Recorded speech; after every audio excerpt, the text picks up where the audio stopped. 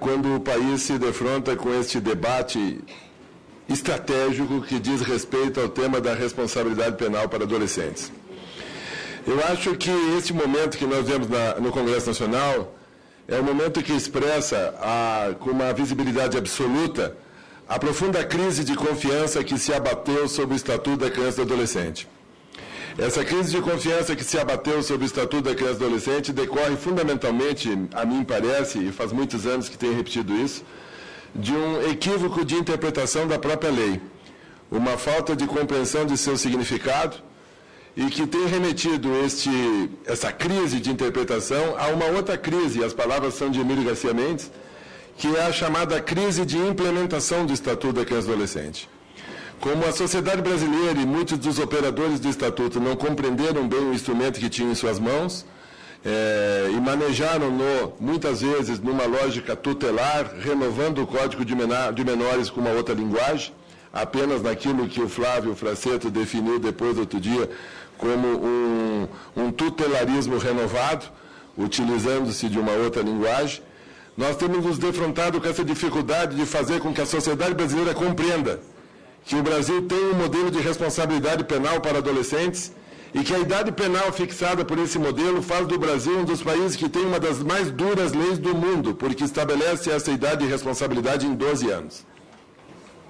Agora, por que há essa crise de interpretação? E eu trouxe aqui um PowerPoint que eu não vou usar porque o nosso tempo é muito pequeno, mas vou disponibilizar a esta ilustre comissão toda a exposição que faria e vou procurar maximizar esse tempo para vender meu peixe aqui, a ideia que eu imagino necessária. Essa crise de interpretação, por exemplo, muitos países da América Latina perceberam rapidamente. O Estatuto da Criança e Adolescente é a versão brasileira da Convenção das Nações Unidas de Direito da Criança. Fomos o primeiro país no continente a adequar nossa lei interna aos termos dessa convenção. A convenção é de 89 e em julho de 90 nós já tínhamos o Estatuto. Isso lançou o Brasil no cenário internacional como uma referência, tanto que diversos países vieram aqui copiar o Estatuto da Criança e Adolescente, entre eles a Colômbia. Por exemplo, a Colômbia, em 1992, ao adequar sua legislação interna, praticamente renovou o Estatuto da Criança e Adolescente e fixou a responsabilidade juvenil na Colômbia entre 12 e 18 anos, com sanções de até 3 anos. O que fez a Colômbia há uns 8 anos atrás? Há uns 8 anos atrás, a Colômbia fez o que nós deveríamos fazer agora, ao invés de ficar discutindo o rebaixamento da idade penal. A Colômbia produziu uma profunda reforma na sua legislação de responsabilidade para adolescentes, estabeleceu faixas de responsabilização entre 14 e 16 e 16 e 18, estabeleceu tetos máximos de privação de liberdade, não mais esses 3 anos uniforme entre 12 e 18 anos, mas criou responsabilidades que permitem a privação de liberdade do adolescente colombiano. E eu estou falando da Colômbia, que é um país muito parecido com o nosso, do ponto de vista das dificuldades de segurança pública, de crime organizado, de cooptação de adolescentes e crianças para o crime. E fixou uma faixa de responsabilização entre 14 e 16 anos em até 4 anos e entre 16 e 18 em até 8 anos, prevendo uma possibilidade de majoração no caso de concurso material, para determinados tipos penais, bastante explícitos na ordem jurídica colombiana. Eu faço essa observação, senhores deputados, porque quando eu me defronto com o debate que eu tenho acompanhado nesse ilustre Congresso, de homens e mulheres ilustrados, mas que, de certa forma, reproduzem o que o senso comum muitas vezes traz à tona, é uma ideia de que o Estatuto da Criança e do Adolescente seria um instrumento de impunidade. A ideia de que o Estatuto da Criança e do Adolescente não contempla o modelo de responsabilização. Eu diria que esta ideia ela pode ser sedutora para um número pequeno de delitos, que tem alimentado nesta casa, por exemplo, um movimento que acha que pode rebaixar a idade penal apenas para os crimes hediondos, cometendo, do meu ponto de vista, um equívoco brutal do ponto de vista constitucional, porque vai criar uma situação absolutamente esquizofrênica, em que o cidadão brasileiro será possível de ser tratado como um adulto dependendo de uma conduta X e ser tratado como adolescente a partir de uma conduta Y, e que me parece absolutamente inconstitucional. Eu penso, senhores, que nós deveríamos aproveitar esse momento para apropriarmos-nos desse debate, olharmos o direito comparado, O Brasil está indo absolutamente na contramão do que o mundo todo tem feito do ponto de vista da responsabilização juvenil ao propor o rebaixamento da idade penal. Agora, nós necessitamos fazer uma revisão do Estatuto da Criança e do Adolescente. É indiscutível que ela é necessária. Hoje, no contexto latino-americano, o teto de 3 anos de privação de liberdade que hoje temos no Brasil faz com que o Brasil tenha o menor teto de privação de liberdade da América Latina. No Equador ele é 4, no Peru ele é 6, no Paraguai ele é 8, no Chile ele é 10, na Colômbia ele é 8, na Venezuela ele é 5, e no Uruguai, que recentemente teve um plebiscito e que foi rejeitado o rebaixamento da idade penal, o teto é 5 anos. Se nós formos para a América Central, nós podemos encontrar, por exemplo, a experiência da Costa Rica, que tem uma limitação bastante grave de privação de liberdade, acima de 10 anos, mas que eles têm um número muito pequeno de adolescentes privados de liberdade.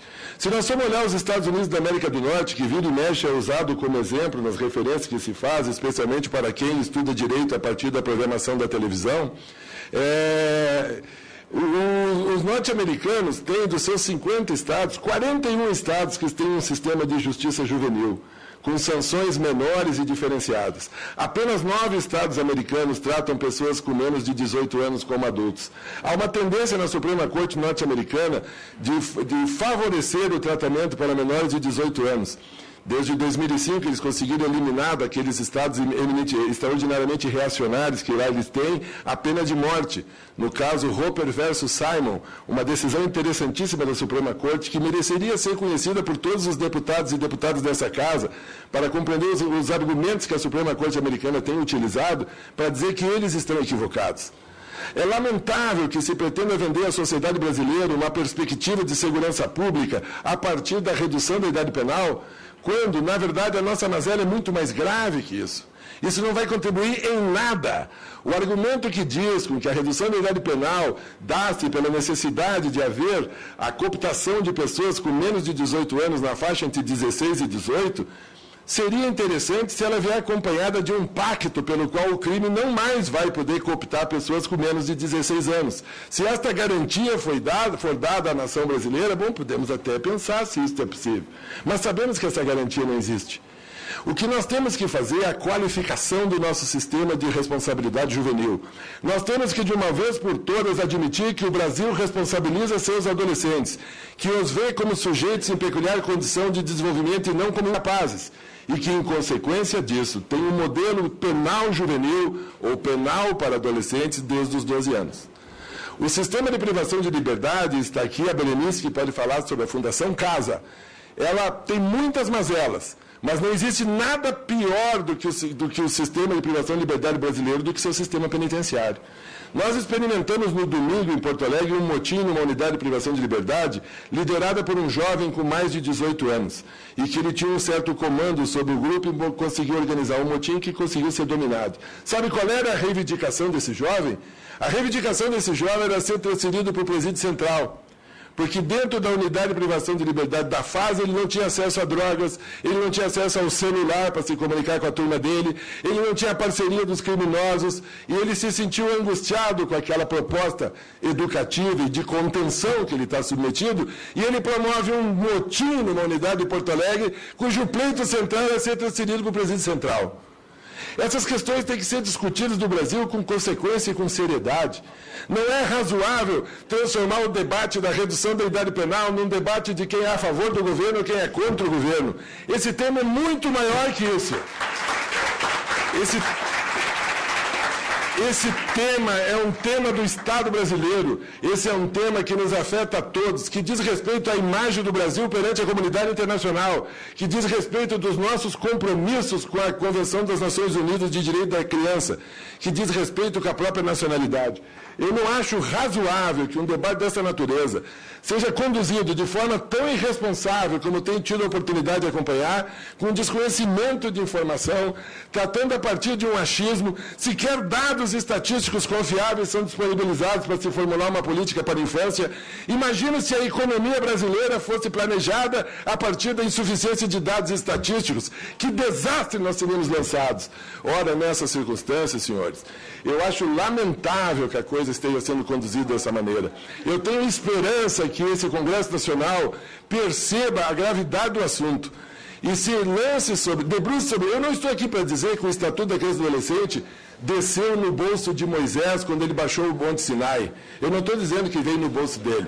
Eu não estou dizendo que ele seja intocável. Tampouco estou dizendo que ele não tenha defeitos.